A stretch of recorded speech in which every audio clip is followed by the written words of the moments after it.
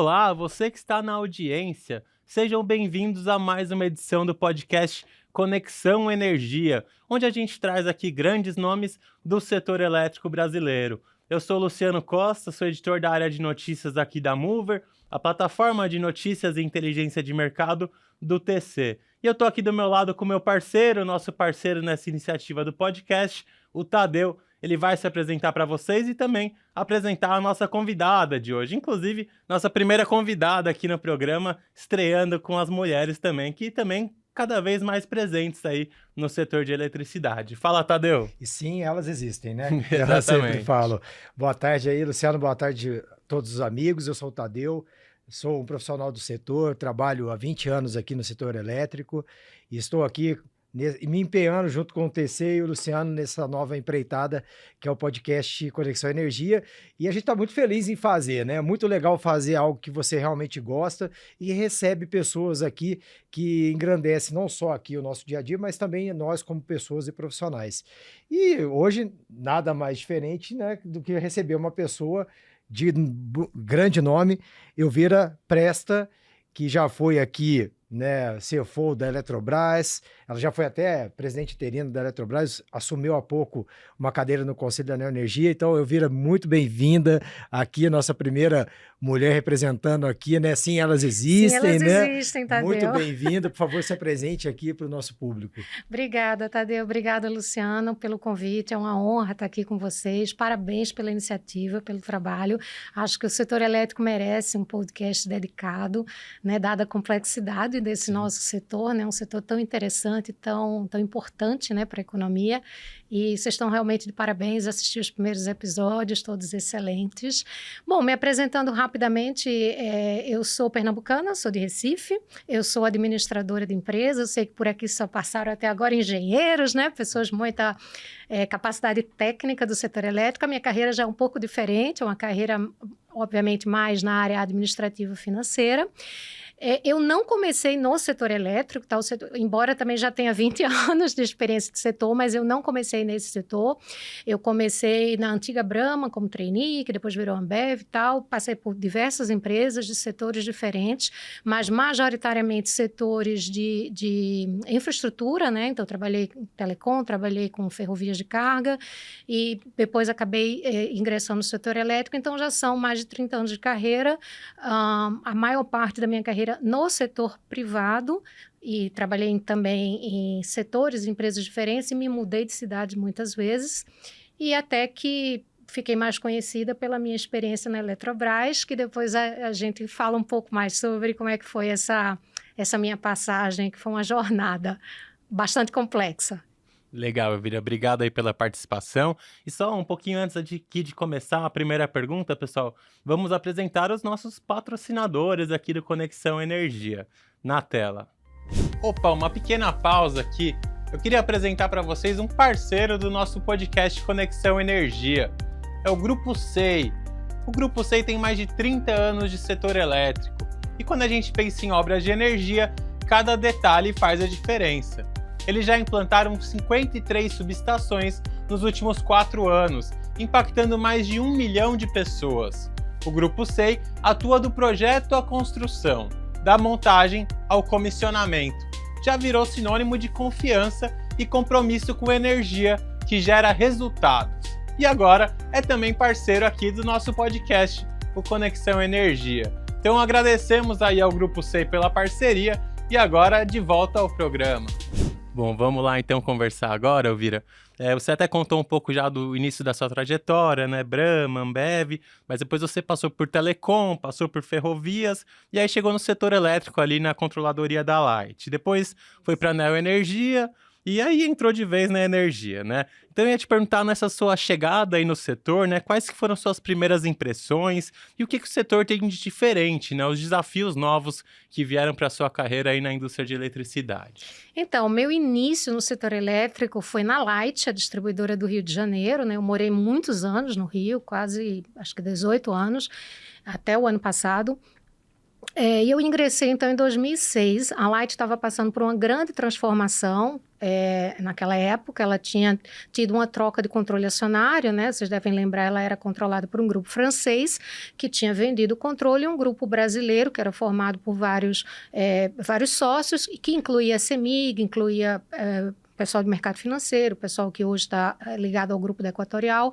Então, esse grupo, que era chamado Rio Minas Energia, RME, eles compraram o controle acionário da Light naquela época e promoveram uma grande transformação na empresa. Antes era da EDF. Era da EDF, exatamente, o grupo francês. Então, eu entrei junto com esse grupo. Eles estavam buscando um controller e foi até curioso, porque eu não tinha nenhuma experiência de setor elétrico, eu estou falando de quase 20 anos atrás, eu não tinha nenhuma experiência de setor elétrico, mas eles entenderam que a minha experiência anterior nas empresas por onde eu havia passado, e eu tinha uma bagagem muito forte de controles, né, dessa parte interna, de controladoria e tal, e como eles tinham esse plano de transformação, eles queriam alguém com essa visão de controlar custos, ver os investimentos. O plano de transformação era muito estruturado, a Light tinha enormes desafios, como continua tendo até hoje, né, uma área de concessão particularmente complexa, né, muito difícil, problemas da perda de energia, né, perda comercial, né, o famoso gato, né, o roubo de energia, problema de inadimplência, ela era muito alavancada naquela época, tinha também uma revisão tarifária muito difícil pela frente, enfim, tinham vários desafios,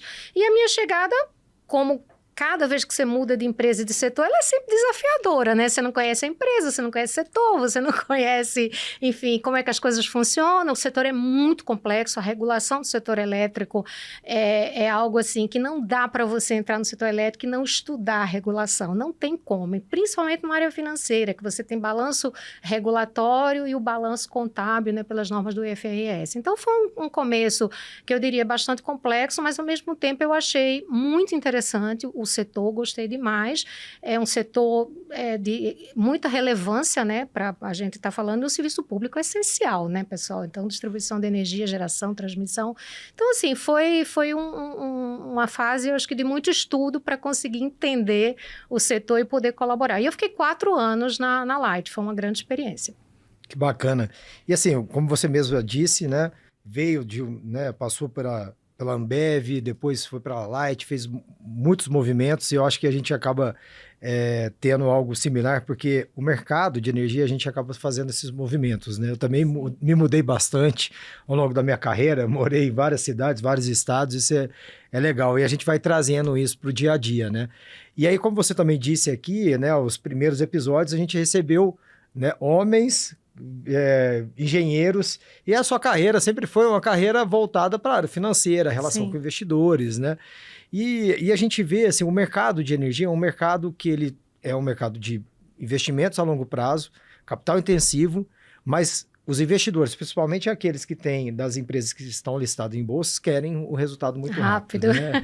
E como que você lidou com isso, né? Com investimentos, com os investidores, com a empresa, o resultado ali dentro, tentar fazer com que fosse feito um turnaround dentro da empresa, como na própria Light, ou até mesmo lá dentro da Eletrobras, como você estava. Conta pra gente um pouquinho assim, desses desafios nessa linha. Sem dúvida é um desafio grande, porque esse trade-off entre visão de curto prazo e visão de longo prazo, ele realmente existe, né? Quando eu fui controller da Light lá no passado, a Light já era uma companhia de capital aberto, mas na época minha função não era de relações com investidores, então eu não lidava diretamente com investidores naquela época, né? Eu dava suporte ao CFO, né, que eu me reportava ao CFO, o vice-presidente de finanças naquela época, a gente está falando quase 20 anos atrás, né? Eu ainda não estava na posição que eu tenho hoje. Então, meu papel era mais de suporte, né? E quando eu fui para a Neoenergia, anos depois, a Neoenergia, na época que eu fui também C-Level, né, diretora executiva, a Neoenergia também não era capital aberto. Então, minha grande experiência no setor elétrico, né, em lidar com investidores, realmente foi na Eletrobras. E aí, é uma agenda, assim, que você tem que... Quando a empresa decide abrir capital, é uma decisão, né? Se abrir capital, então a empresa precisa compreender que ela tem que prestar conta ao investidor, como qualquer outro stakeholder. Então, isso passa a ser um processo extremamente relevante dentro da área financeira, em particular uma área de RI. É muito importante uma empresa de capital aberto ter uma área de RI estruturada. Às vezes, a gente vê empresas que são capital aberto aqui no Brasil, mas que são pequenas, às vezes tem um free float muito baixo e tal, e que não chega nem a fazer um conference call com o mercado, quer dizer, é aberta, mas não tem essa comunicação. Então, esse contato com o investidor, ele é muito importante. E a gente acaba tendo a oportunidade de falar sobre o setor, de falar sobre a estratégia da empresa, tem que explicar a regulação. E esse conflito que você falou da visão de, mas é longo prazo, é infraestrutura. E o sujeito quer o resultado daqui a 3 meses, né? E por ser capital aberto, a gente é obrigado a reportar trimestralmente, né? Então, há essa angústia.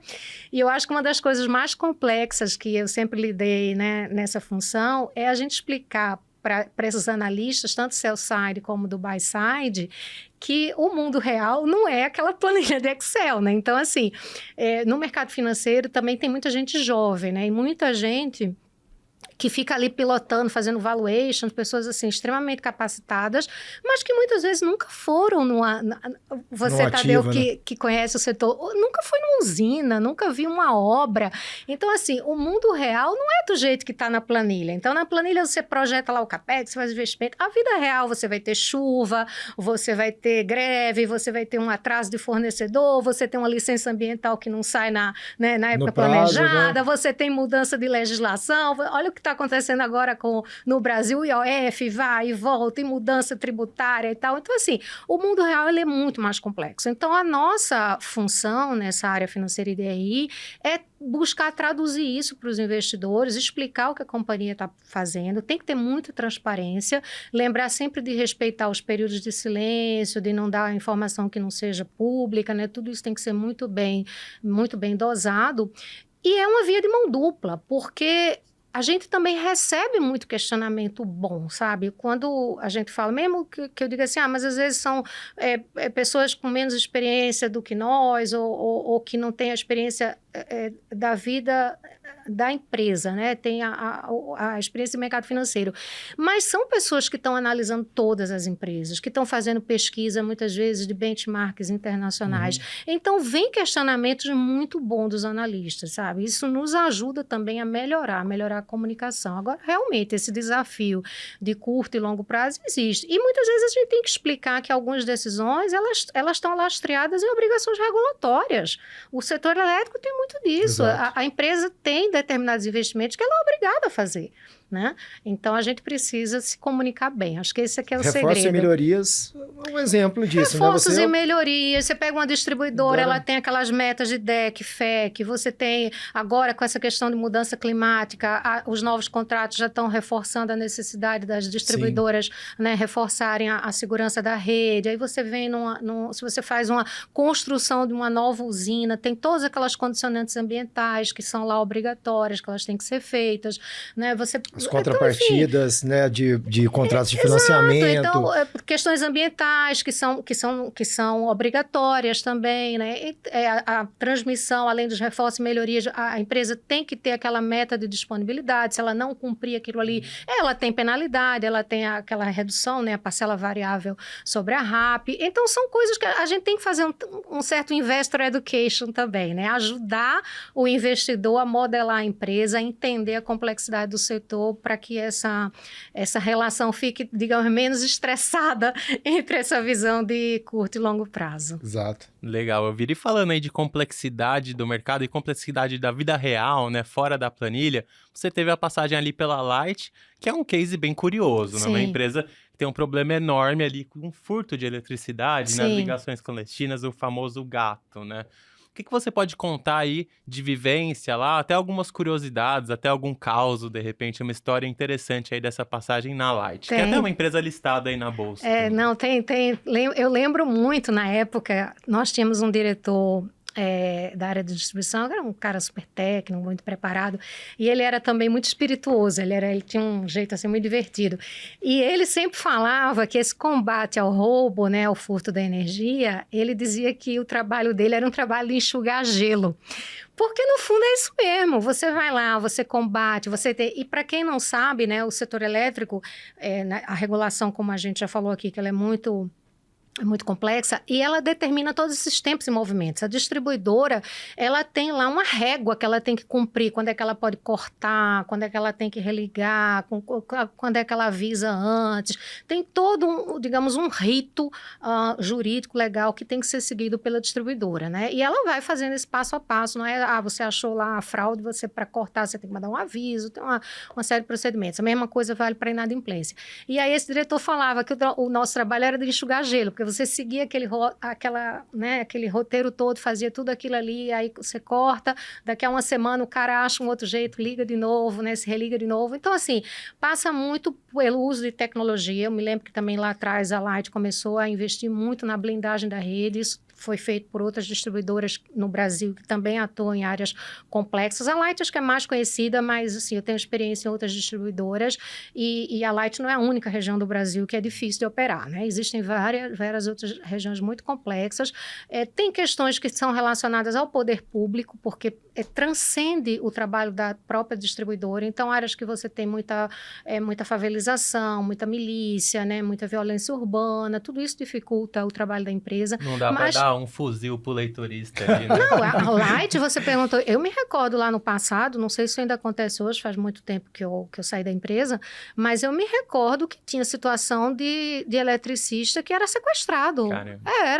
Ele ia lá numa área muito, digamos, perigosa, né? Uma região de alta periculosidade, o eletricista ia lá fazer o trabalho dele, alguém da comunidade pegava, mandava recado, dizia, enquanto para com esse negócio aqui, não deixa os nossos gatos aqui, senão quem vai sofrer é o funcionário. Então, a gente tinha casos de funcionário sequestrado, então eram situações muito difíceis, né? E outra coisa que eu me lembro da época da Light, que eu também vi em outras distribuidoras e que acho que vale a pena a gente falar aqui, é que, diferentemente do senso comum, Luciano, o roubo de energia, ele não está restrito às classes mais baixas e às favelas, tá? Isso é uma visão muito equivocada. Toda vez que a gente fala sobre isso, eu sempre escuto de quem não é do setor elétrico, mas é porque tem uma região muito pobre. Se você fala, sei lá, de uma região como, por exemplo, distribuidoras no norte também, no Pará, no Amazonas, em outras regiões do país mais complexas, mas a verdade não é bem essa não, tá? Então, assim, no Rio de Janeiro, a gente pegava condomínios de alto luxo com as áreas comuns com gato, então assim, a área que aquece a piscina, sei lá, a quadra de tênis, não sei o quê.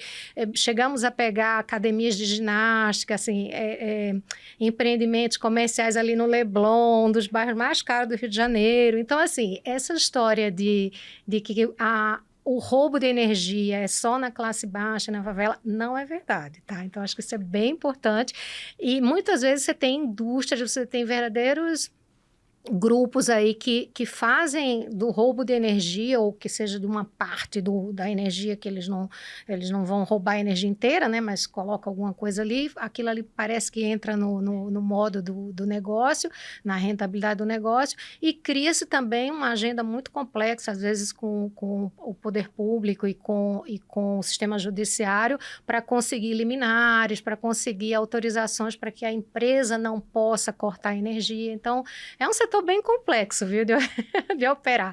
Algumas áreas aí do país são bastante desafiadoras. Eu também passei por alguns momentos desses, assim, que a gente sempre imagina, né, quando está fora do setor, porque o roubo da energia, os gatos são feitos, principalmente em áreas onde o poder aquisitivo é menor, mas é o contrário mesmo. A gente vê muito, né? Infelizmente. Infelizmente. Isso, assim, eu acho que isso é ruim em qualquer um dos casos, né? Mas agora, Elvira, falar um pouquinho da sua experiência na Eletrobras, que eu acho que tem por mim que deve ter sido a experiência que mais marcou a sua carreira, Sem dúvida. Também, assim, né? Nós estamos falando da maior empresa de energia da América Latina, né? Então, não é qualquer coisa. E aí você vem para a Eletrobras, sai do setor privado, entra na Eletrobras ainda estatal, Sim. no conselho, depois faz o movimento para a área executiva, né? Isso.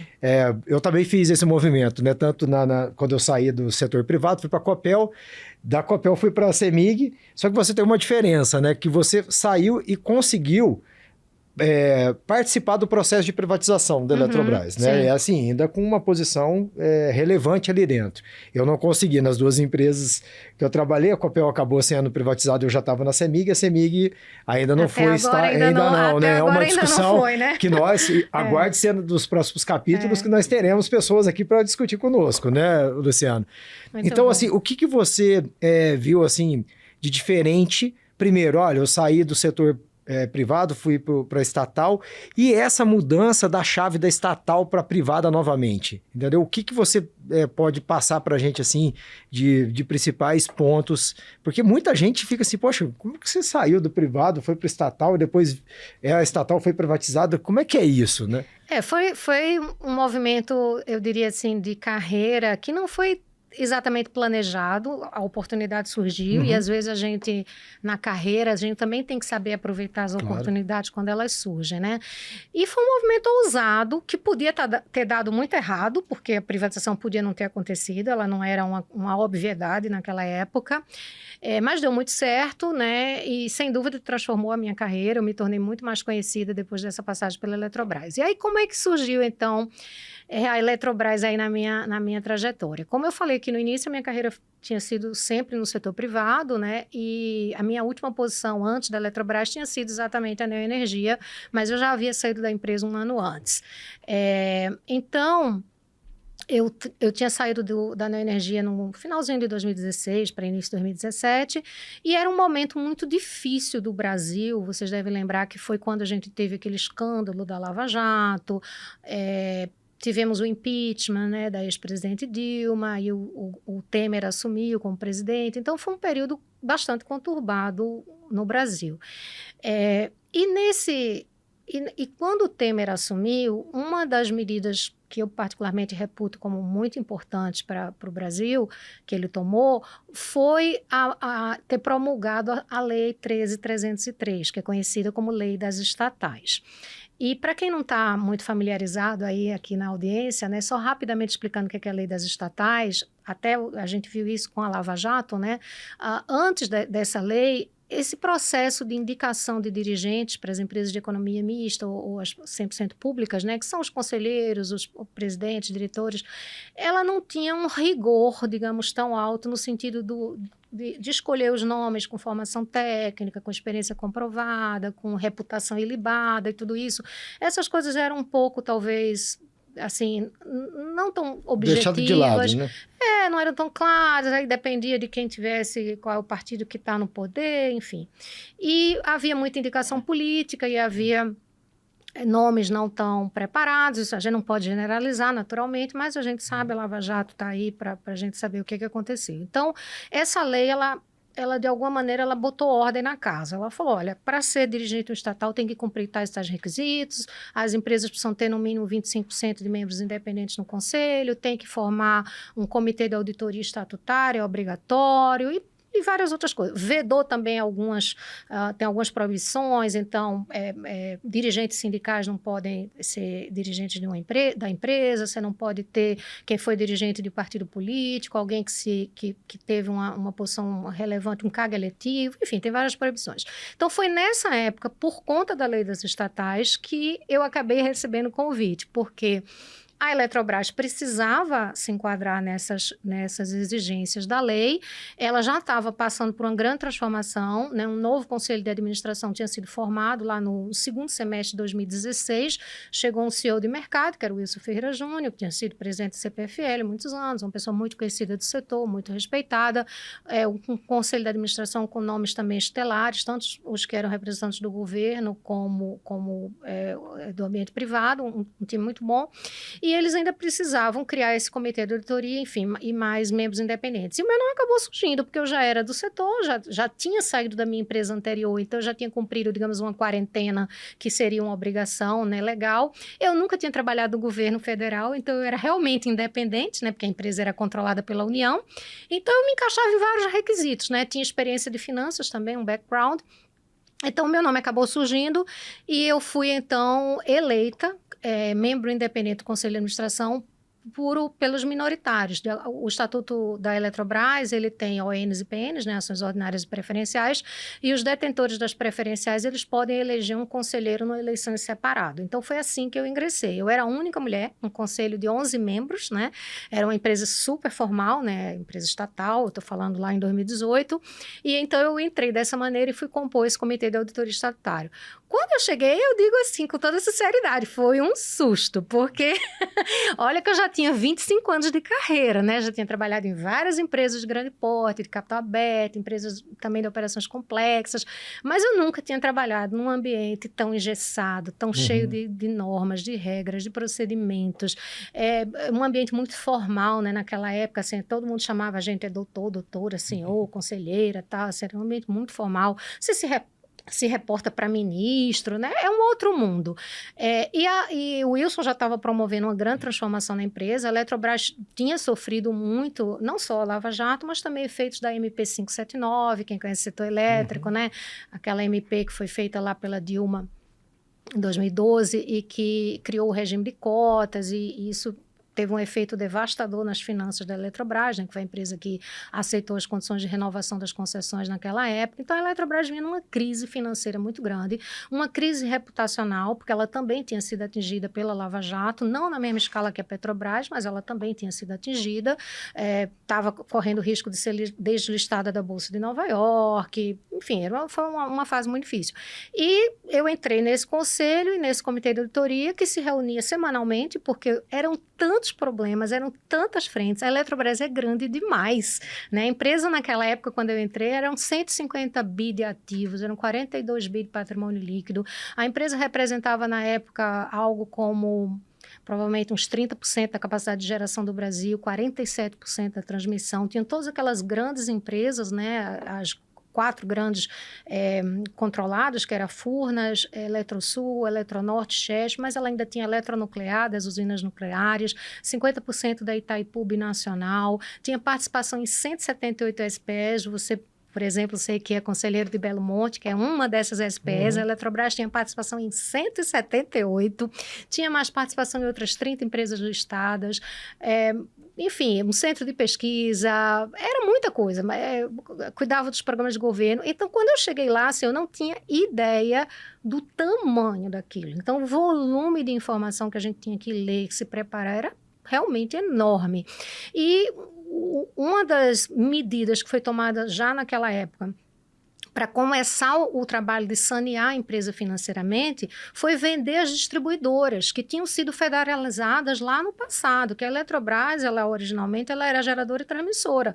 Ela não operava distribuição, mas lá no passado isso foi federalizado e ela operava 6 distribuidoras em áreas muito complexas, principalmente no norte do Brasil, com a região amazônica, e 2 distribuidoras no Nordeste. Então, nesse meu primeiro ano de conselho, eu atuei em muitas frentes, mas uma das coisas que me chamou muita atenção, que eu acompanhei de perto, foi a dificuldade que foi fazer a venda dessas 6 distribuidoras, porque a gente tinha não só os aspectos legais e burocráticos de seguir todos os normativos e prestar conta aos órgãos de controle, né, Tribunal de Contas da União, Controladoria Geral da União, mas eu comecei a ver de perto a rejeição ao modelo de privatização daqueles que são contrários, que é notadamente os sindicatos, né, as pessoas que fizeram concurso público, que a gente compreende, mas enfim, e os partidos políticos de esquerda. Então, era uma guerra de liminares, a gente marcava um leilão na Bolsa e uma semana antes chegava uma liminar, a gente cancelava. Então, assim, foi uma experiência muito difícil, mas também muito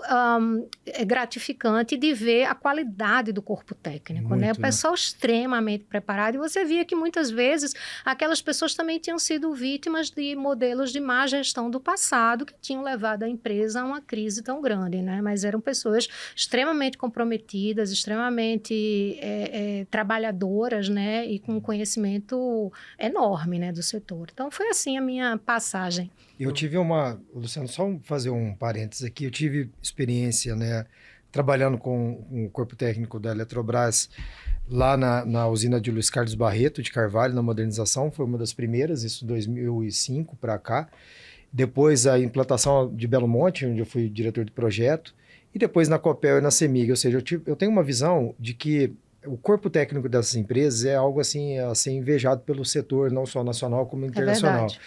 né? São pessoas extremamente competentes, preparadas, né? E tem um ponto muito positivo nessas empresas, o turnover baixíssimo. Não, praticamente não existe, porque quando a pessoa faz um concurso público, um dos valores de quem faz o concurso público é buscar a segurança. Então, Exato. ele muitas vezes diz, não, eu prefiro abrir mão de uma oportunidade de crescimento talvez mais rápido, mas eu quero ficar aqui porque eu vou me aposentar aqui. Então, você praticamente não tem turnover. Agora, tem o outro lado da moeda também. Sim. A empresa fica com uma idade média muito avançada, Exato. porque quando a gente foi para a Eletrobras, por exemplo, a empresa não fazia um concurso público, se não me engano, desde 2010.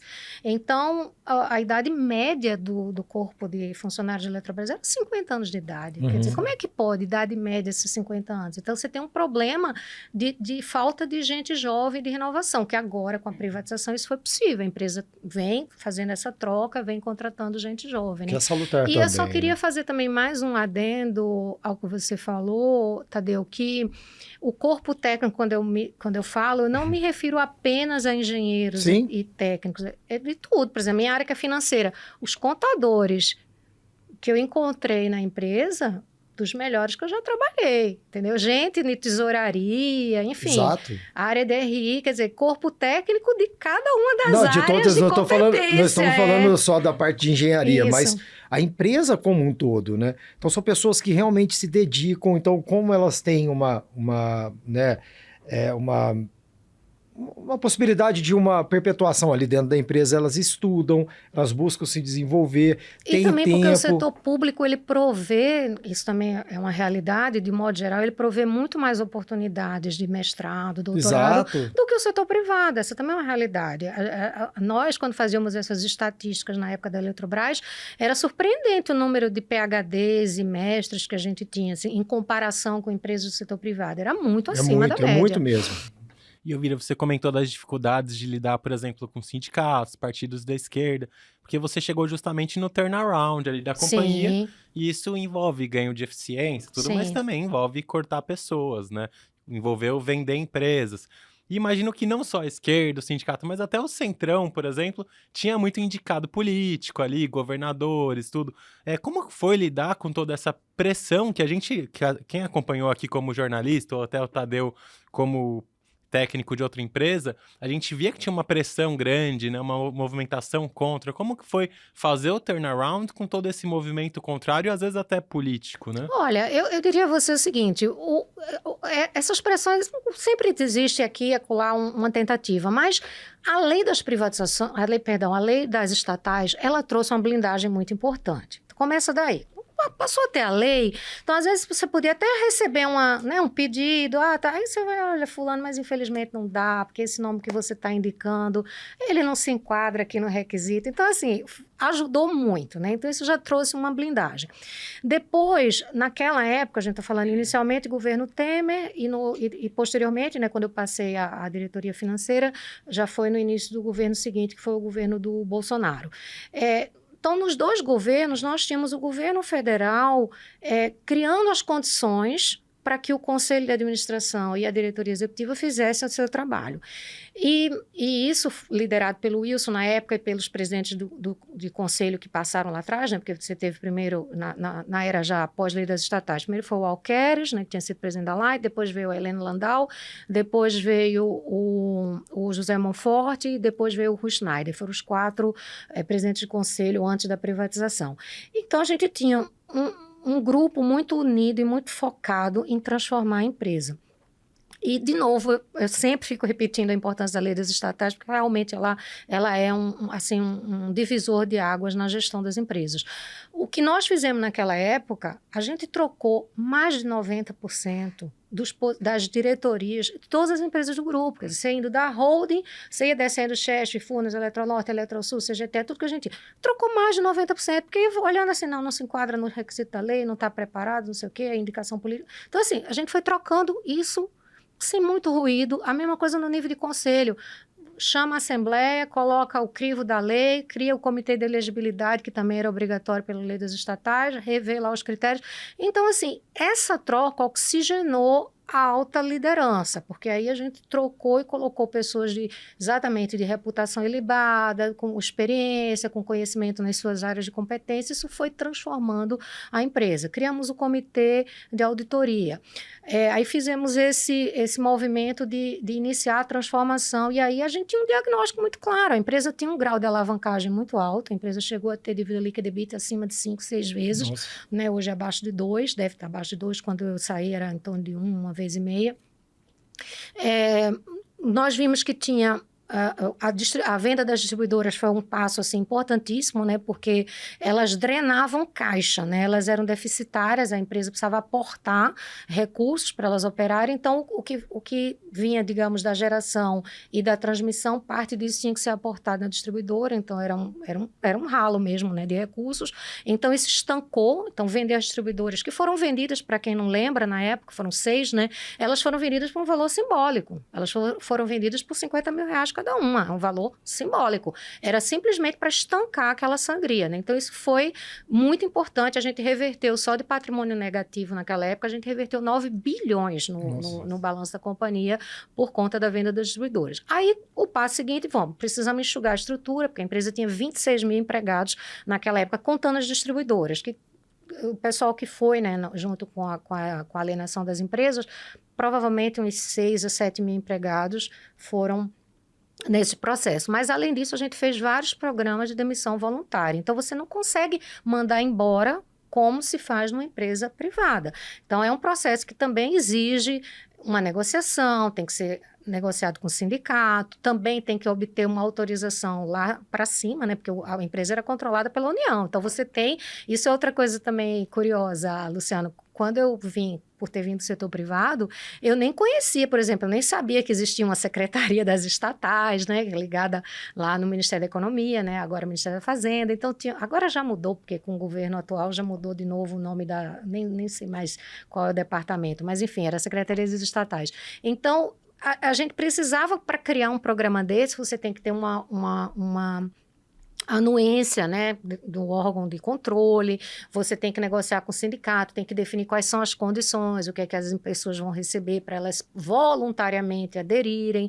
A empresa também tem a possibilidade de não perder determinados talentos, que a empresa pode, naquele momento, não poder abrir mão. Então, é um processo lento, ele é um processo moroso, mas ele pode ser feito dentro das regras, e foi isso que a Eletrobras fez. Então, ela foi fazendo vários programas de demissão voluntária, as pessoas foram aderindo, acho que algumas começaram a perceber que a privatização poderia acontecer, outras talvez já quisessem mesmo se aposentar e aproveitaram uma oportunidade de ter um bom pacote, e a gente foi reduzindo, tanto que quando a privatização foi lançada, anos depois, a empresa já tinha reduzido daqueles 26 mil para 10.500. Então, tirando 1.500 que eram eletronuclear, eram 12 mil, né? 1.500 eletronuclear foi para 10.500 na privatização, e hoje eu olhei até o último dado público da Eletrobras, hoje são 7.200, então você vê o ganho de eficiência. E a parte de alienar algumas dessas participações em SPEs também foi um processo bastante complexo, mas que também seguiu toda a regulação aplicável. Então, a gente foi estudar como é que faz para vender uma participação acionária de uma empresa estatal. E você tem que fazer um leilão na Bolsa de Valores, você tem todo um procedimento de como é que você faz aquilo, internamente, como é que você tem que criar um grupo que vai estudar toda a parte de valuation, tem que ter pareceres diferentes, tem que ter no mínimo 2 valuation, tem que ter uma fairness opinion, depois tem que ter o outro grupo que cuida de falar com os interessados e tal. Então, assim, é um rito mega ultra burocrático, mas a gente seguiu tudo by the book e aos poucos a gente foi vendendo algumas participações, tanto que quando nós lançamos a privatização da Eletrobras, aquele número que inicialmente eram 178 participações em SPE já tinha caído para em torno de 70 e poucas. Então, foi uma redução expressiva. Tem diretor, tem sua estrutura, né? Bem lembrado. Quando nós chegamos no início, quando você somava todas essas posições, porque muitas vezes quem olha de fora só vê assim, a Eletrobras Holding, no máximo as 4 grandes, né? Furnas, Eletronorte e tal e tal. Mas não, cada SPE dessa, dependendo da participação administração da Eletrobras, ela tinha indicação de conselheiro fiscal, conselheiro de administração, diretores. Todos recebendo salário. Recebendo, que nem é o mais relevante, porque a remuneração de dirigente estatal não é nem de longe o que se recebe no setor privado. Mas eu acho que o mais preocupante não é propriamente isso, é o que a gente viu, inclusive, antes da lei das estatais. É você colocar pessoas que não estão lá por conta da remuneração e, eventualmente, vão tomar decisões que não são as melhores decisões para a companhia, né? E aí, esse mundo de posições estatutárias, e que inclui também os fundos de pensão, de previdência, né, os planos de saúde, tudo isso tem, é uma posiçãozinha aqui, outra ali. Quando você somava tudo lá em 2016, a gente tinha mais de 800 posições estatutárias no grupo Eletrobras. Era uma coisa assim E a tomada de decisão por fazer a SPE, via de regra, ela tinha dois motivos maiores, né? O primeiro é se associar a uma empresa privada para que a SPE tivesse natureza uma natureza privada, e com isso ela fugia da 8666, exatamente, que foi modernizado com a 13303, exatamente, né? Isso. E o outro era, obviamente, criar mais posições, né? Isso a gente via, é um negócio, assim, absurdo, né? Mas que bom que a gente está vendo o contrário, as empresas se movimentando para que, né, se consolidem, para que as participações das SPEs elas sejam vendidas ou até mesmo incorporadas dentro das próprias empresas, né? Mas falando um pouco ainda da privatização, né, da Eletrobras, um dos aspectos mais questionados até hoje foi a forma como ela foi privatizada, que é a capitalização, não a venda, né, da participação do governo. Ou seja, o governo continua tendo o mesmo percentual, mas ele não tem mais ações não, ele foi técnicas, diluído, né? ele não teve a mesma participação, não. Não, então é até bom a gente deixar isso bem claro, porque a visão que se tenha, olha, a gente vai ter uma capitalização, o governo continua com a mesma quantidade de ações, mas ela vai ter poder de voto de apenas 10%, né? E olhando esse aspecto que até hoje é muito questionado, né, até mesmo para o atual governo federal, né, tanto que conseguiu, por meio aí de um acordo, mais cadeiras no conselho, né, e aí aquela disputa pelo que estava sendo questionado, né, o porquê da capitalização dessa forma, ela foi extinta, né. Então, se você acha, olhando para trás, foi a melhor decisão ser a capitalização? E conta um pouquinho para a gente o que aconteceu de fato, né? Para essa diluição, como que era antes, como que ela ficou. Perfeito. O desafio vai ser falar de forma rápida aqui, porque é muita pergunta que você fez, viu, Tadeu? Muita pergunta. Eu vou até tentar dar um passo para trás primeiro para dar um pouco de contexto e ficar mais didático aqui para quem está nos assistindo. Então, muito resumidamente, como eu falei, eu ingressei na Eletrobras no Conselho de Administração, 2018, Comitê de Auditoria. No ano seguinte, eu fui convidada para assumir como CFO, foi em 2019, eu renunciei ao Conselho e passei à diretoria executiva. E passei a ser conselheira em empresas do grupo, né? Eu cheguei a presidir o conselho da Chesf, da Eletrosul e, posteriormente, da Santo Antônio Energia. E aí nós começamos a trabalhar na recuperação da empresa, que a gente falou, né, na pergunta anterior. Eu só queria lembrar um outro valor, um outro número que eu até consultei aqui, que eu tinha esquecido de mencionar, que eu acho que é muito revelador da situação que a gente encontrou na empresa quando nós chegamos. Essa mudança, esse turnaround, começou no segundo semestre de 2016, como eu falei, né? Os 3 anos anteriores, que tinham sido 12, 13 e 14, isso são dados públicos, está lá no site da Eletrobras. Nesses 3 anos anteriores, a Eletrobras tinha dado, olha o valor exato aqui, 14,5 bi de EBITDA negativo, ou seja, geração de caixa negativa, e tinha tido 23,6 bilhões de prejuízo, isso no acumulado de 3 anos. Então, essa era a situação da empresa. Ela valia 9 bi na Bolsa. Eu não sei se vocês sabem quanto a Eletrobras vale hoje. A Eletrobras vale hoje 118 bilhões.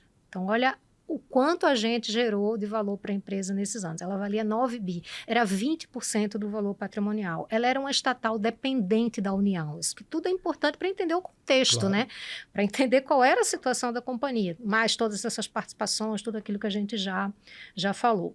E aí, no início do governo, já o governo Temer tentou fazer a privatização. E só lembrando também, né, que as privatizações no Brasil, elas vêm lá dos anos 90, né? Foi o período de grandes privatizações. E aí, já iniciando a responder uma das suas perguntas, que é o modelo muita gente não sabe, mas existe uma lei no Brasil, que é a lei do Plano Nacional de Desestatização, é uma lei lá dos anos 90. Então, essa lei é que determina quais são as modalidades que se pode desestatizar uma empresa pública. Vender o controle acionário é uma delas, você pode abrir o capital na bolsa, você pode desmembrar em partes e vendendo, você pode fazer uma oferta pública que foi a opção escolhida para a Eletrobras e diluir o controlador, enfim, são várias formas que estão previstas em lei. Então, isso é a primeira coisa. E aí, como eu falei, lá nos anos 90 foi aquele período que a gente teve grandes privatizações no Brasil, né? A própria Embraer, a Vale, CSN, o setor de telecom, muitas distribuidoras de energia foram privatizadas naquela época. E a Eletrobras estava na fila. Na época só foi privatizado um pedacinho da Eletrobras, né? Também muita gente não sabe disso, que foi a Gerasul, que depois virou a Engie, né? Que foi um case aí de sucesso.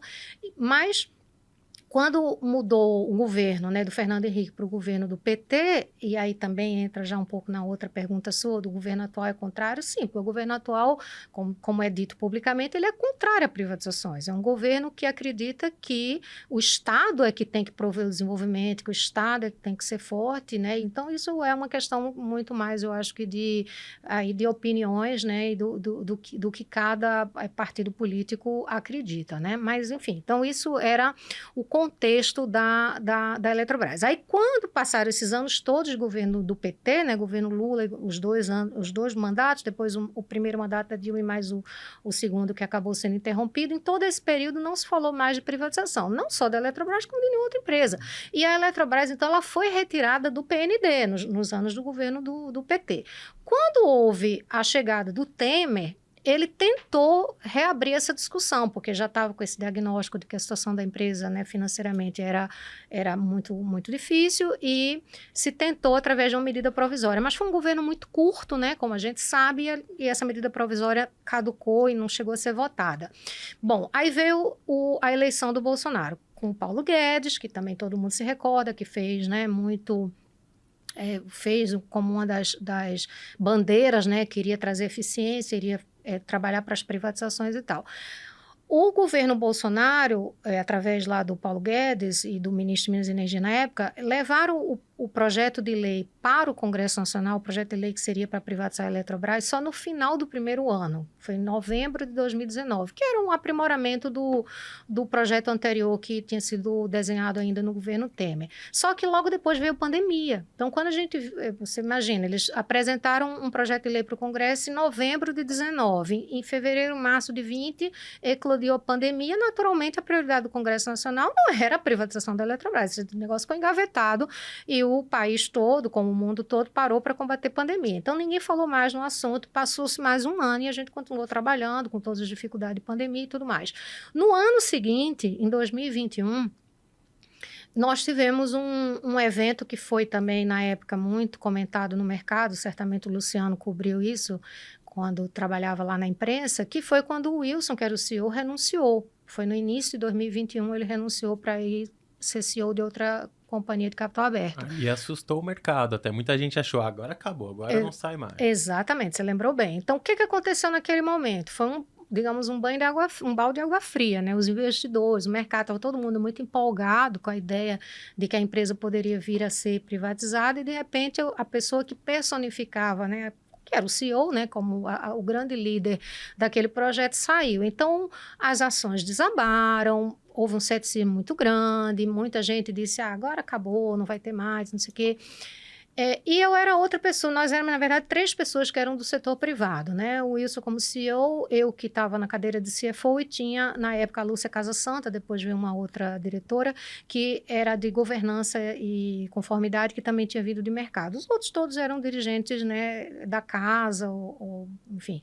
E aí, nesse momento, houve também tinha muito burburinho no mercado de que eu também iria sair e tal. Então, na época, eu me lembro de ter conversado com o mercado, tanto os bancos como com os analistas e os investidores, dizendo, olha, meu mandato está aqui, eu não pretendo sair, tem que esperar o novo CEO, e foi nesse momento, você até lembrou que eu fiquei brevemente como presidente interina por 2 meses, porque o Wilson saiu mais ou menos em março, início de março, e o novo CEO, que foi o Rodrigo Limpe, só chegou em maio, porque esse processo também numa empresa estatal, ele é burocrático. burocrático, passa por Casa Civil, discute lá com a Presidência da República, com o Ministério de Minas e Energia, enfim, é um processo lento.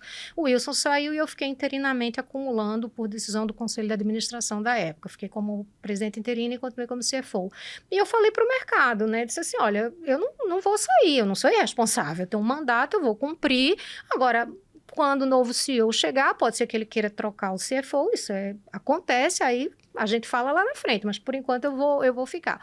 Acho que isso deu uma tranquilizada e a gente continuou trabalhando. E aí o governo, nesse ínter, já tinha mandado uma medida provisória para o Congresso. Então, você vê, já tinha tido a do Temer, que não foi votada, tinha tido o projeto de lei, o primeiro do Bolsonaro, aí veio a pandemia, e cada vez eles vão aprimorando, né? Porque você escuta a sociedade, tem as discussões nas duas casas, né? No Senado Federal e na Câmara dos Deputados, audiências públicas, tudo isso. E aí foi a medida provisória para o Congresso. Ela foi enviada em fevereiro, se não me engano, foi fevereiro de 2021. E aí ela foi... um breve comentário, Elvira. Se eu não me engano, no governo do Temer foi um projeto de lei, aí depois o Bolsonaro de novo projeto de lei. No Temer foi uma medida provisória. Aí depois eu lembro que quando foi essa medida provisória no Bolsonaro, até que o Wilson tinha saído, todo mundo preocupado, quando saiu o MP, aí que reavivou a esperança, a ação disparou no dia até, né? Esse negócio da ação disparar, isso é outra curiosidade, né? Que volta a uma das perguntas que acho que foi o Tadeu que fez sobre essa questão de lidar com companhia aberta. Isso era outra dificuldade, porque existe um sistema que é automático, né, da B3 e também da CVM, que quando você tem oscilações muito grandes da ação de uma empresa, seja subir muito, seja cair muito, o sistema deve ter um robozinho ali que olha aquilo ali e a gente, como CFO, recebe uma carta para você explicar, né, por que a ação subiu, por que a ação caiu. E nos anos que eu fiquei antes da privatização da Eletrobras, sem brincadeira, eu recebia carta dessa, sei lá, semana sim, semana não, porque o tempo inteiro tinha alguma coisa, uma autoridade falava alguma coisa, o Paulo Guedes dava uma entrevista, outro ministro falava não sei o quê, um deputado falava uma coisa, um senador, era uma loucura. Então a gente recebia, o Wilson saiu, agora aconteceu não sei o quê, a medida provisória foi para o Congresso, o ministro do TCU falou não sei o quê. Então, assim, essas cartas para a gente ter que se explicar, elas eram meio que rotineiras. Mas, enfim, voltando a como que foi a discussão no Congresso Nacional, que é o ponto, eu acho que endereça a sua dúvida, né, da modalidade. A gente tem que ver o seguinte, primeiro, o tamanho da Eletrobras. A gente estava falando, como eu disse aqui, há pouco, uma empresa que representava, na época, 47% do sistema interligado, né, do sistema de transmissão, praticamente 26%, 27% da capacidade de geração no Brasil. As maiores usinas, né, hidrelétricas, né, usinas de grande porte, estruturantes, tudo com a Eletrobras. A venda de controle acionário, como aconteceu com outras privatizações que vieram depois, na minha opinião, ela não seria aprovada no Congresso Nacional. Uhum. Acho muito difícil que o Congresso Nacional aprovasse que a empresa, que era a empresa mais relevante do setor, ela teria o seu controle transferido para um único novo controlador. Eu acho muito difícil. Então, a escolha certamente passou também por essa discussão legislativa, né? O que era viável fazer. O que era viável fazer. Isso é um bom ponto. Às vezes, tudo sempre pode ser melhorado, claro, né, Tadeu? Tudo sempre pode ser aperfeiçoado. E hoje a gente olha para trás, certamente a gente, poxa, isso podia ter sido assim, podia ter sido assado. Mas, às vezes, assim, é o que é possível fazer. É o que é possível fazer.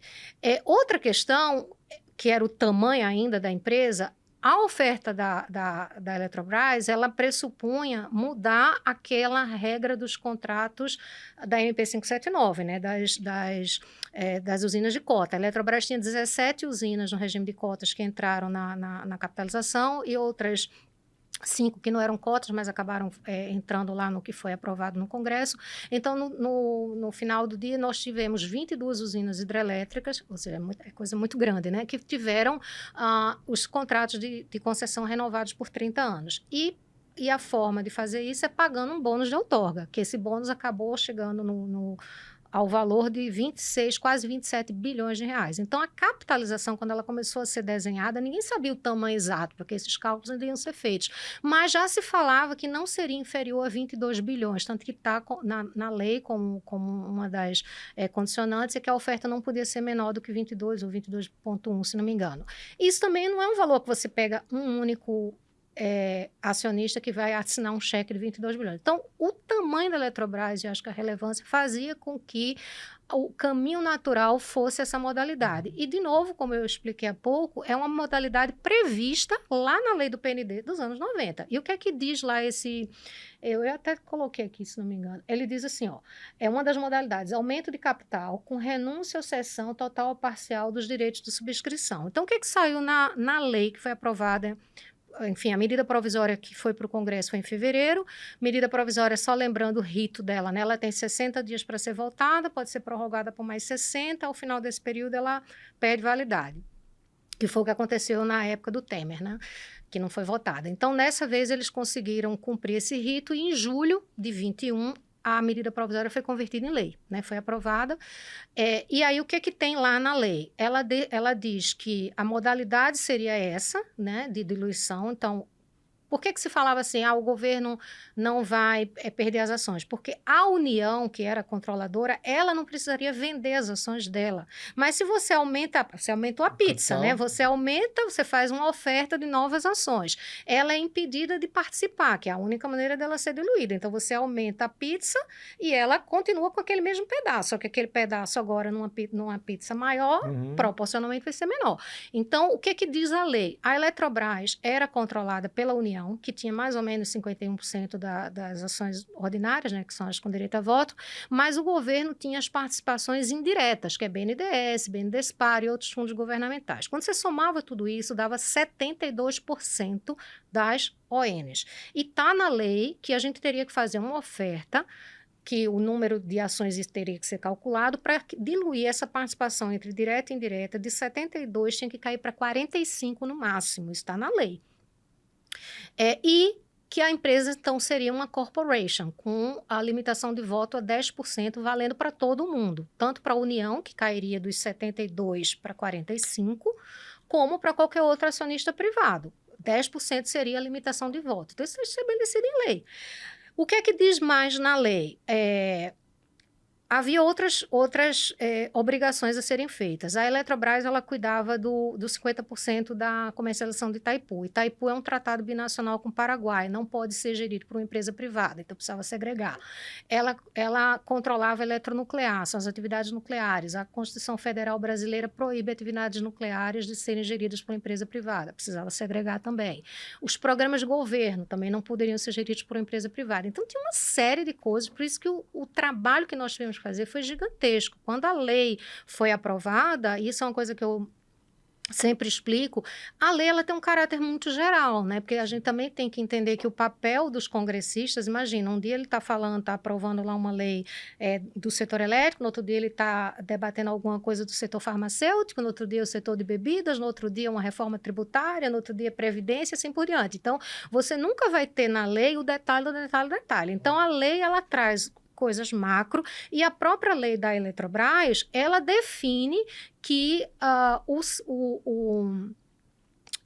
o BNDES, que é o gestor, né, desse plano de desestatização, é ele que representa a União, que ele poderia, através do CPPI, que é aquela Comissão de Programa de Parceria de Investimento, né, poderia definir resoluções que iriam detalhar as modalidades. Então, qual vai ser o tamanho da oferta, quanto vai pagar de outorga, tem uma série de coisas que foram sendo feitas. Você imagina, preço de energia, né? A gente que conhece aqui do setor, é um negócio super complexo, não é o congressista que vai dizer quanto vai ser o preço de energia daqui a 30 anos. Então, todas essas coisas tiveram que ser desenhadas depois. Então, de julho, quando a lei foi aprovada, de 21, até dezembro daquele ano, então foi um período muito curto, a gente tinha uma força-tarefa que envolvia o BNDES, o Ministério de Minas e Energia, o Ministério da Economia, a empresa, né, com os nossos executivos e um grupo pequeno lá que trabalhou, e a gente tinha que fazer todo o desdobramento de todas essas diretrizes. Aí a gente recebeu resolução de BNDES na véspera de Natal, véspera de Ano Novo.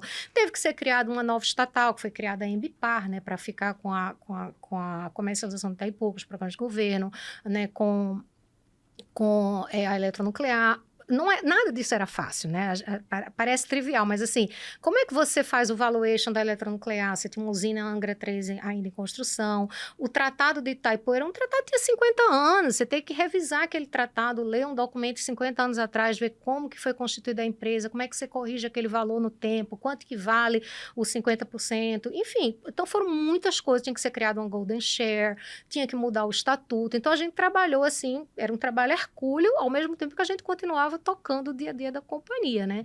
E tudo isso foi objeto de muita publicidade regulatória, né? Sempre dentro, né, das regras. Então, a gente sempre fez muita comunicação com o mercado, com a imprensa, a gente fez muitos fatos relevantes, né?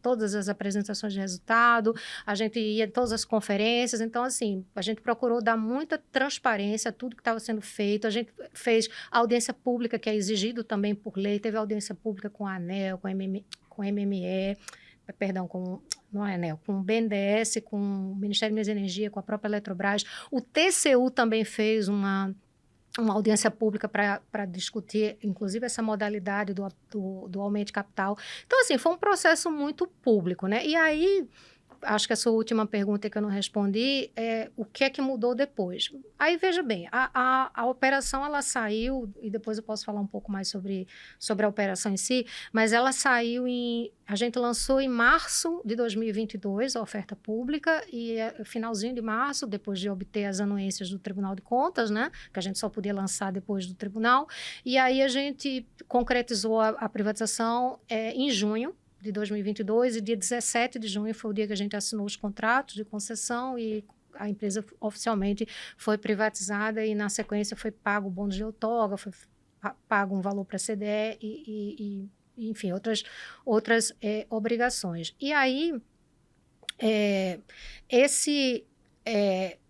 na sequência, né, isso foi junho, né, que eu falei, outubro foi a eleição presidencial, né, e aí foi quando o Lula foi o presidente eleito e começou publicamente a dizer que ele estava insatisfeito, né, que a privatização tinha acontecido e que ele ia tentar reverter.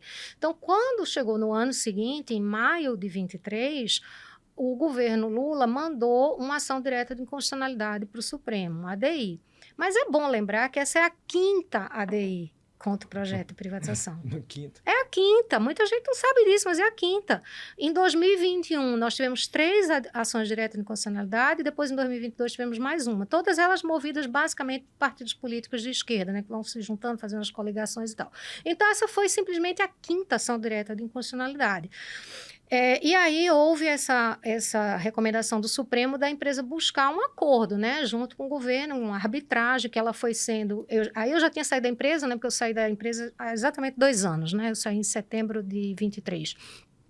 Mas isso é público, né, porque a empresa fez vários fatos relevantes e o que eu estou falando é o que saiu publicamente pela empresa.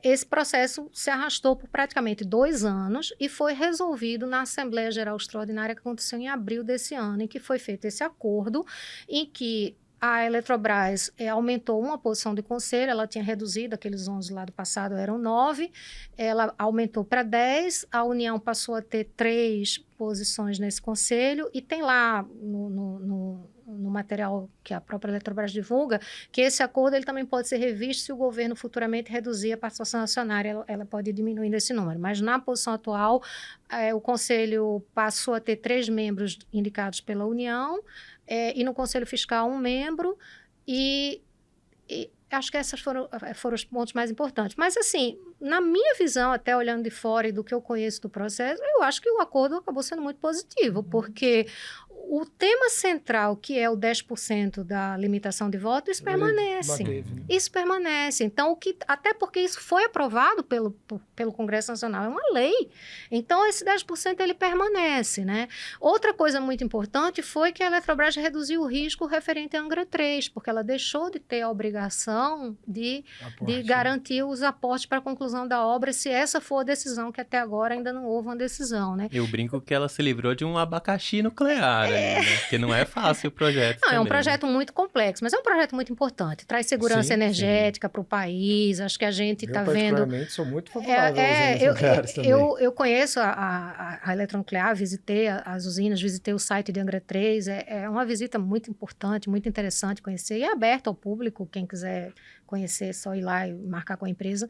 Mas, assim, é um projeto que ele tem uma relevância. Agora, é claro que tem um debate aí dos econômicos, né? Como é que essa conta fecha e tal. Mas a gente está vivendo hoje, com o aumento aí da energia intermitente, das fontes intermitentes, a gente está vivendo uns problemas aí no país bastante complexos, né? Que a gente pode falar depois. Mas não sei se ficou claro, Nossa, ficou Tadeu. super claro. Acho que ficou claro para muita gente aqui. Sim.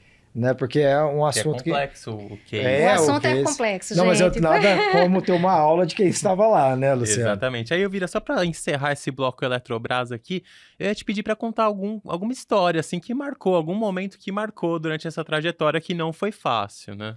São muitos. São muitos. Eu posso escolher alguns, mas, assim... Uma coisa, assim, que me marcou muito foi, primeiro, essa luta que a gente tinha com relação a quem era contrário, né? Porque, assim, eu converso com colegas do setor privado, né, de grandes empresas, que contam, assim, quando a empresa X, enfim, empresa qualquer, fez um IPO, né? Vai abrir capital. É aquela animação, todo mundo trabalhando, todo mundo quer ir lá para tocar o sino e tal. No nosso caso, a empresa já era capital aberto, né? A gente ia fazer um follow-on, né? Para poder, que é uma nova oferta, né? Mas a gente tinha a situação oposta. Praticamente todo mundo era contra, né? Então, assim, você tinha os partidos políticos de esquerda eram contra, você tinha... É um pouco esse corporativismo, né? Então, você tinha os funcionários, de modo geral, eles eram contrários, porque eles também tinham os medos, né? Que são naturais, né? De perder o emprego, porque fez um concurso e tal. O pessoal do sindicato é muito truculento. Então, assim, a gente... Era uma corrida de obstáculo. A gente era acusado o tempo inteiro. Nosso nome estava... Se der um Google, você vai ver que a gente era acusado de mil e uma coisas. Faziam denúncia. A gente tinha que se defender junto à CVM, a órgãos públicos. Então, assim, era um massacre. TCU, então, né? TCU, tudo isso. Então, isso era uma coisa que era muito, muito pesada, né? Que a gente teve que viver. Outra coisa, quando a gente convocou a AGE...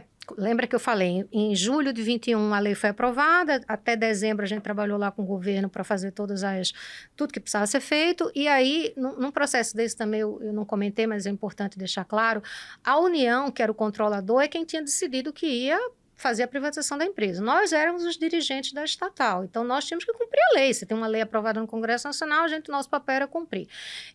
E o BNDES, ele representa a União. Então, ele é como se fosse assim, ele é contratado pela União, que era o controlador, e o BNDES tem que fazer due diligence, ela faz o processo dela, isso também é público, lá no site do BNDES está tudo lá, as empresas que ela contratou, a modelagem financeira e tal. E o que é que cabia à Eletrobras? Tudo está definido, tem decreto, cada coisa dessa tem ou uma resolução, ou um decreto, está tudo lá, bastante regulamentado, né? E o nosso papel era que a gente tinha que analisar todos esses documentos, a gente tinha que preparar as notas técnicas, a gente tinha que responder todas as perguntas, né, desses órgãos de controle e entregar tudo para o due diligence.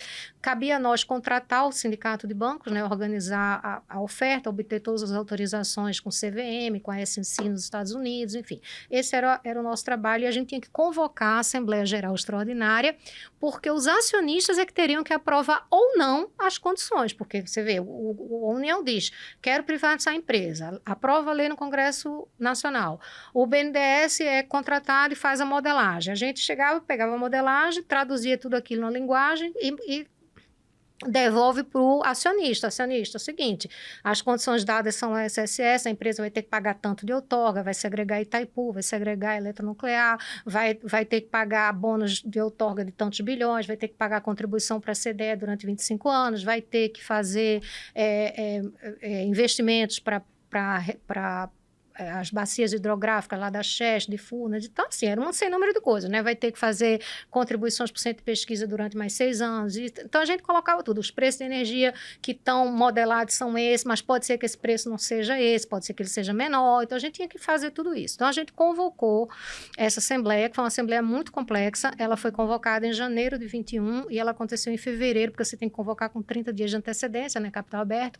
No dia que a gente convocou a assembleia, a gente recebeu no dia seguinte, o Coletivo Nacional dos Eletricitários, que é como se fosse o sindicato dos sindicatos, né?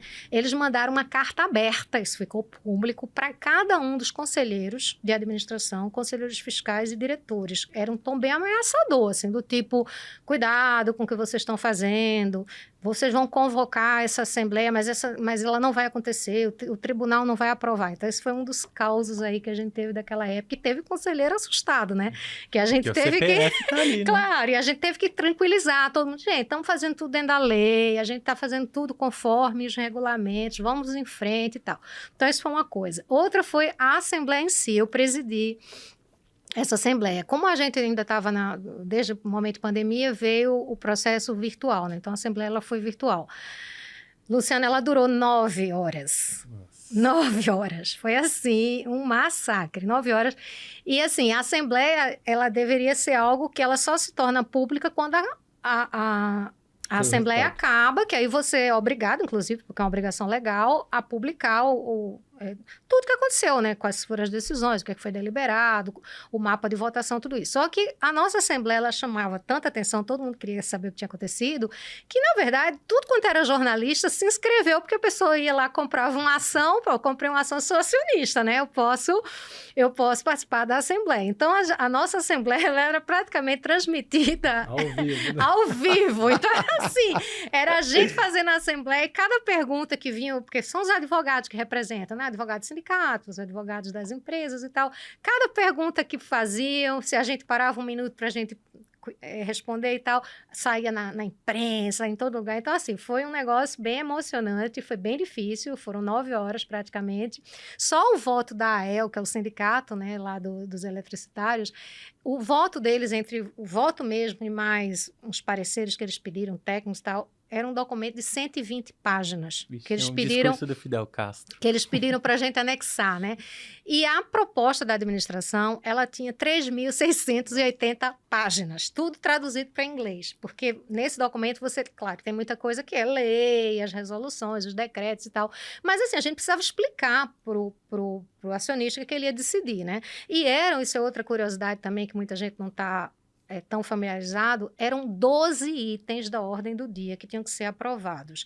E a privatização só poderia acontecer lá na frente, também dependia de TCU, tudo isso, mas os 12 itens teriam que ser aprovados. Não podia assim, um não foi, derrubava tudo. Por isso que a Assembleia foi tão demorada, porque a gente tinha que ser muito cuidadoso.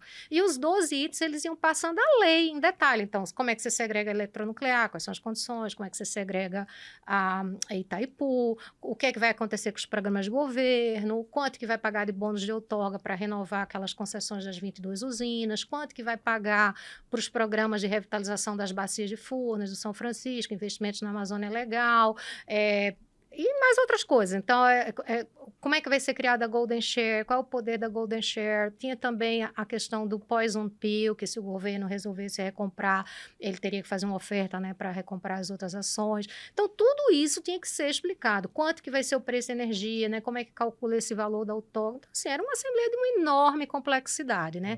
E os 12 itens tinham que ser aprovados ou não teria privatização. Então, a gente conseguiu, depois de 9 horas, deu tudo certo, ela foi aprovada. E acho que outra coisa que eu anotei aqui para trazer também desses causos lá da época é a greve, né? A gente teve uma greve, aliás, 2 greves, praticamente da minha diretoria, né? Porque à medida que o processo foi avançando, porque no início, assim, o ceticismo, né, de que não iria ter a privatização, ele era geral, né? Tanto do mercado, dos investidores e tal, e internamente também. E a turma interna ficava assim, isso não vai acontecer, o tribunal não vai deixar, sei lá, os partidos da esquerda não vão deixar, o Congresso não vai aprovar. Só que cada vez que a coisa ia andando, então a medida provisória foi convertida em lei, depois o Tribunal de Contas fez a primeira liberação, depois o TCU fez a segunda e tal. E aí, para você fazer um prospecto de uma oferta pública, tem uma série de requisitos que são basicamente coisas ligadas à área financeira, jurídica, né, governança, porque você tem que ter balanço, né, auditado, você tem que ter todo aquele rito que tem que ser seguido. Então, quando eles perceberam que o negócio agora estava muito na mão de finanças, RI, jurídico, Desespero né? bateu. Aí o desespero bateu e a gente teve 2 greves que a gente foi obrigado a adiar o balanço, tanto que a gente lançou a oferta em final de março, mas a gente queria ter lançado até antes, mas não foi possível, porque o balanço de uma empresa de capital aberto, o balanço anual, ele pode ser arquivado até 31 de março do ano subsequente, né? São 90 dias. E a gente queria ter antecipado para fevereiro, só que a gente teve 2 greves que foram bastante difíceis na área financeira, né? Finanças, RI, jurídico e governança. Então, esse foi outro caso, assim, que eu acho que vale a pena mencionar. E aí, não sei, Luciano, Tadeu, se vocês querem que eu fale rapidamente sobre o que foi a privatização em si, os grandes números, que eu acho que isso também é Pode ser, eu ia só te pedir então pra gente ser breve, assim, porque infelizmente vai chegando ao final aqui, a conversa A vai gente vai passando se tão rápido, empolgando, né? né? Claro. Não, eu acho que grandes números que vale a pena mencionar, né? No final, a privatização, ela foi uma oferta de 33,7 bilhões de reais, né, no todo, praticamente 90% foi primária, ou seja, veio para o caixa da Eletrobras para pagar as obrigações da privatização, e teve algo como 10% secundário, que significa que o BNDESPar vendeu um pedaço para poder garantir essa diluição do governo, para aqueles 45%.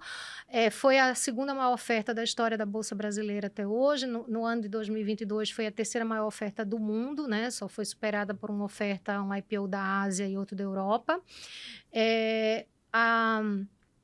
A oferta saiu... uma coisa importante que eu sempre gosto de lembrar desses 33,7 bi, na modelagem do BNDES tinha os 6 bilhões para o FGTS, que também foi um grande desafio na época, que a gente tinha até muito receio de que não houvesse demanda, mas a demanda foi altíssima. Inclusive, eu vi rateio, né? Foram 370 mil CPFs que entraram na oferta da Eletrobras através do FGTS. Todo mundo conhece alguém que entrou, né? Exatamente, mais 30 mil CPFs na oferta de varejo, que eram 4 ofertas. Tinha prioritária aos acionistas, prioritária aos empregados, a do FGTS e a do varejo. Eram 4 ofertas, por isso que tudo da Eletrobras era complicado, né? Não era uma oferta só, eram 4. E também tinham 4 condicionantes obrigatórias, né? Uma era essa diluição do governo para, no máximo, 45%. A oferta não podia ser inferior a 22 bilhões, se também não tivesse interesse do investidor nesse valor, não aconteceria. A gente tinha um waiver que precisava ser obtido da Santo Antônio Energia, que tinha tido uma arbitragem, tinha sido desfavorável, a empresa precisava fazer um aporte. Era um aporte que do nosso lado estava tranquilo, a empresa tinha caixa e tal, mas tinha uma especificidade, porque tinha uma debênture que precisava de uma assembleia de debenturista, e a gente teve que fazer uma corrida contra o tempo para conseguir obter esse waiver, e aí o prospecto foi lançado com essa condicionante. E, por fim, a quarta condicionante, que era o preço mínimo, que também acho que é outra curiosidade que muita gente não sabe. A oferta foi lançada a R$42 e já era uma companhia de capital aberto. Então, o preço, em geral, é o preço de tela, ele é a referência quando você faz um follow-on. E muita gente perguntava, mas por que tinha preço mínimo? Por conta da lei das desestatizações. Não, a lei lá do passado, dos anos 90. É uma obrigação, quando se faz uma privatização, o BNDES, né, como gestor, ele tem que ter 2 valuations, no mínimo, diferentes, e o preço mínimo não pode ser inferior à média desses 2 valuations. Então, isso foi feito pelo BNDES, a Eletrobras não participou, até porque ela não poderia, né? Ela não poderia dar nenhuma informação para ela não estar conflitada em nada. Então, interessada. Exatamente. Então, foi o BNDES que contratou 2 avaliadoras independentes que usaram premissas que a gente não participou de nada, e nós não sabíamos desse preço. Esse preço ele foi altamente sigiloso, confidencial, e no dia do pricing, quando a gente estava lá no banco, né, fazendo todo o processo lá do book building, eu me lembro bem, nós estávamos numa sala, né, o núcleo dirigente da Eletrobras numa sala, tinha uma outra sala que estava o pessoal do BNDESPar, né, porque eles também eram acionistas vendedores, e aí lá no final da tarde o CEO recebe um envelope lacrado, abre o envelope e o preço mínimo, que depois se tornou público, quando saiu uma resolução, era R$ 39,96. E nós fizemos a oferta 42. Então, essa é outra curiosidade. E, no todo, a privatização, ela não movimentou só os 33,7 da oferta pública, que é outra dúvida muito, muito comum. A privatização em si, ela soma 75 bilhões de reais, porque são o valor do pagamento da outorga, das 22 usinas, que foi aproximadamente 26, 27 bilhões. 5 bi que foram pagos à CDE antecipadamente, foi pago lá em julho, mas no total para a CDE são 32 bilhões que tem que ser pagos, né? Foram pagos 5 e o resto é ao longo de 25 anos. Quase 9 bilhões são os projetos para a revitalização lá das bacias de Furnas, de São Francisco e também para a Amazônia Legal. E tem mais alguns outros de valor menor que no todo dá 75 bilhões. Então esse é o valor. E a ação da Eletrobras saiu, ela era, se não me engano, a 36ª ou 33ª ação mais negociada na Bolsa, aqui no Brasil, hoje é a 6ª, né?